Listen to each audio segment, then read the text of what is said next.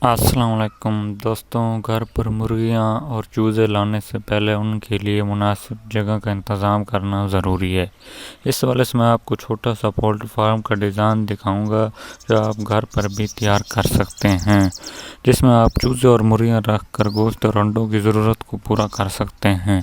यह आपके सामने 13x16 का एक छोटा सा फार्म है जो आप घर में भी तैयार करवा सकते हैं। सबसे पहले इसके 5-5 फुट के पिलर खड़े किए हैं, फिर इसके ऊपर स्लेट्स रखी हैं जो आप बाज़ार से भी ख़रीद सकते हैं और घर में भी तैयार कर सकते हैं।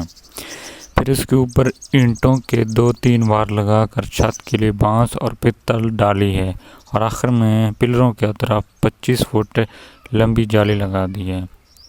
इसको तैयार करने का टोटल ख़र्चा 20,000 है। इसमें तकरीबन 200 मुर्गियाँ आसानी से रह सकती हैं। अब अगला मरला इंशाल्लाह इसमें गोल्डन मिस्र की चिक्स डालने का है। इंशाल्लाह वो भी मैं आपको जल्द विज़िट कराऊंगा।